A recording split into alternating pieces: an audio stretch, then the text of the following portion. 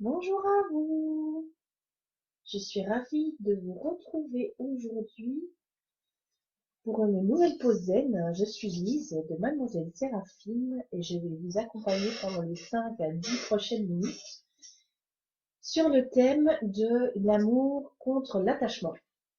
Alors, j'attends comme d'habitude de voir si Facebook veut bien que je sois en direct. Oui, ça a l'air de fonctionner. Super, bah écoutez, je me lance, voilà. J'espère que vous allez bien. Et toujours dans la série blessure de l'âme, j'ai décidé aujourd'hui de continuer sur la lancée du couple et de l'individualité et de vous parler de l'attachement et de l'amour. Alors, qu'est-ce que l'attachement? Qu'est-ce que l'amour? L'amour, non, on va commencer par l'attachement parce que c'est ce que tout le monde connaît le mieux en fait. Est-ce que vous m'entendez bien par contre? Parce que j'utilise le micro uniquement du casque et je fais pas ça d'habitude. Donc je pense que oui. Bon, je continue. S'il y a un problème de son, je recommence, d'accord?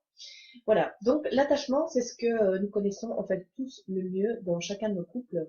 Et j'ai décidé de parler de ça parce que cette semaine, quelqu'un a réagi à un post concernant l'amour inconditionnel. Et quelqu'un m'a dit je me sens seule quand mon copain fait une sortie entre amis. Donc je me sens délaissée, je me sens abandonnée, voilà. Donc c'est clairement une des 5 blessures, hein, donc injustice, trahison, rejet, abandon et humiliation. Vous pouvez voir le travail de Lise Bourbeau, je rappelle. Et il faut savoir qu'en fait, c'est pas la personne qui est en face de vous qui vous abandonne, c'est vous-même. C'est vous qui vous abandonnez vous-même. Vous acceptez en fait de vous mettre dans cet état d'abandon vous-même. Ça veut dire que votre partenaire soit là ou non, vous pouvez vous sentir rejeté ou abandonné. Mais c'est le fait qu'il s'éloigne de vous qui vient raviver cette blessure. Ça veut dire que rien n'est perdu et que en s'aimant plus soi-même, c'est vraiment le thème hein, que j'aborde depuis quelques semaines déjà, on peut arriver à sortir de cet ego qui nous dit la personne vous manque. Alors bien sûr, tout le monde a un attachement affectif envers la personne qui partage notre vie ou ses enfants ou les animaux ou peu importe.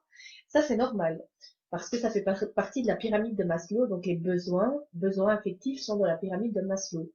Donc d'office, il en faut, sinon tout le monde serait célibataire, personne ne serait marié, il y aurait plus personne qui s'engagerait envers personne, voilà.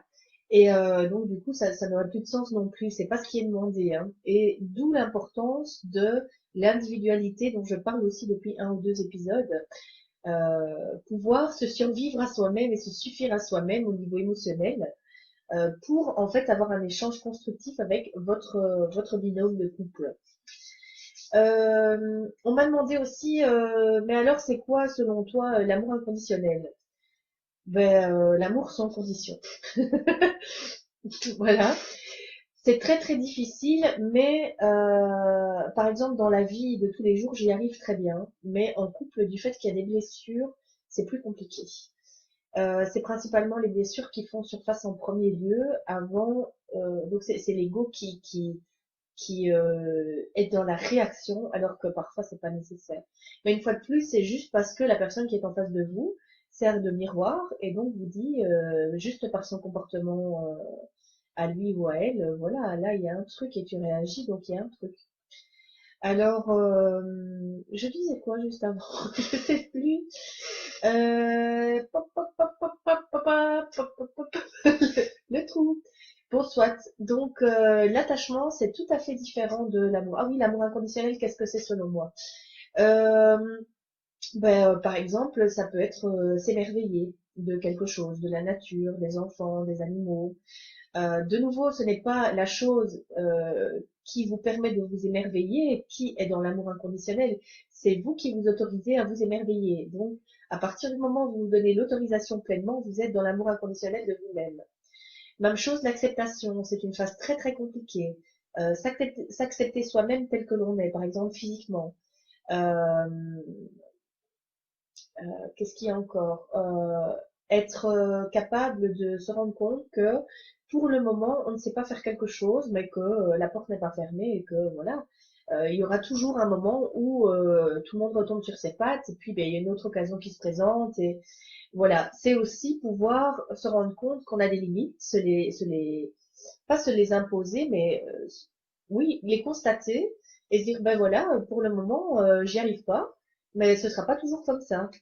Donc laisser la porte ouverte à tous les possibles aussi. Alors l'attachement, donc c'est l'amour conditionné et l'amour, c'est l'amour inconditionnel, celui qui vient du cœur. C'est souvent plus facile de travailler dans l'amour inconditionnel quand on n'a pas de blessure.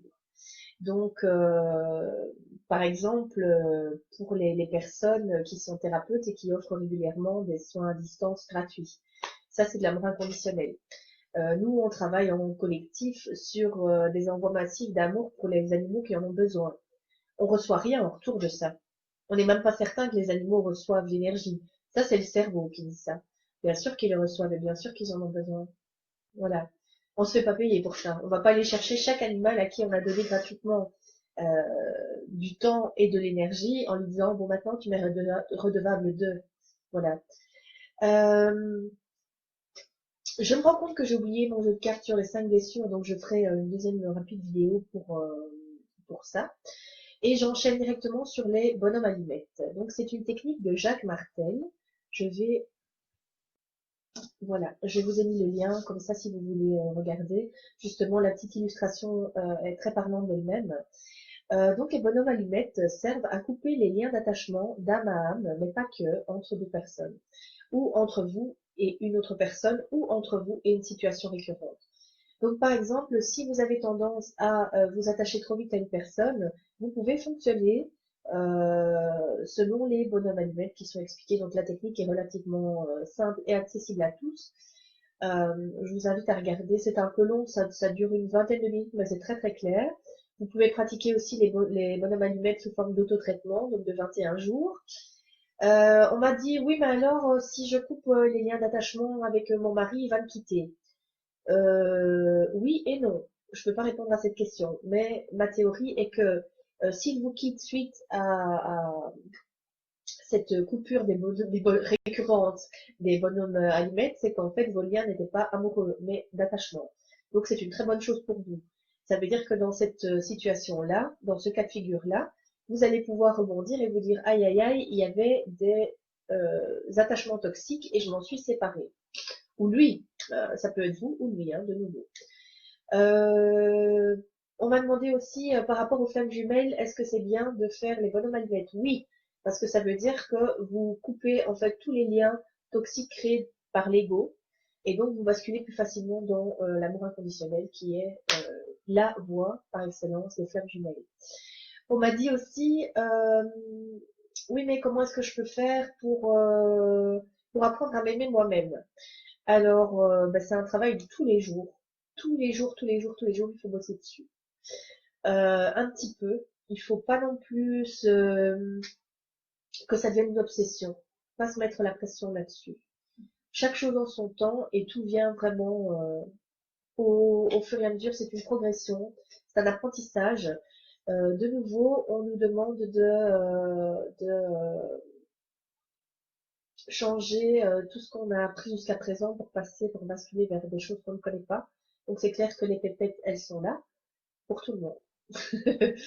C'est clair que certaines personnes vont le vivre très bien, d'autres un peu plus mal, mais voilà, c'est ce qui nous est demandé.